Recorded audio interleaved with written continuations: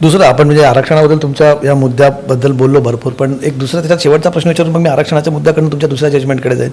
आरक्षणाबद्दल चर्चा खूप होत असते वारंवार आणि एक नॅरेटिव्ह म्हणू शकतो किंवा वारंवार ही एक पब्लिक डिस्कोर्समध्ये असलेली चर्चा आहे की आरक्षण संपवलं जाईल किंवा आरक्षण बंद केलं जाईल, त्या दृष्टीने पावलं उचलायला सुरुवात झाली. तुमच्या स्टेटमेंटकडे, तुमच्या जजमेंटकडे काही लोकांनी त्या अँगलने सुद्धा बघितलं की आरक्षण संपवण्याचा हा मुद्दा आहे. तुम्हाला ही चर्चा कितपत योग्य वाटते की हे आरक्षण संपेल किंवा आरक्षण बंद करेल किंवा त्या दृष्टीने ही उचललेली पावलं आहेत आणि त्यात तुमचं एक जजमेंट आहे त्यातला एक भाग म्हणून?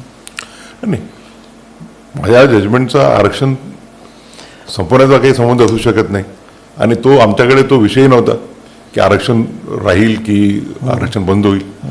The limited question was whether sub classification among the scheduled castes so as to give a special treatment to the various classes in the scheduled caste is permissible or not.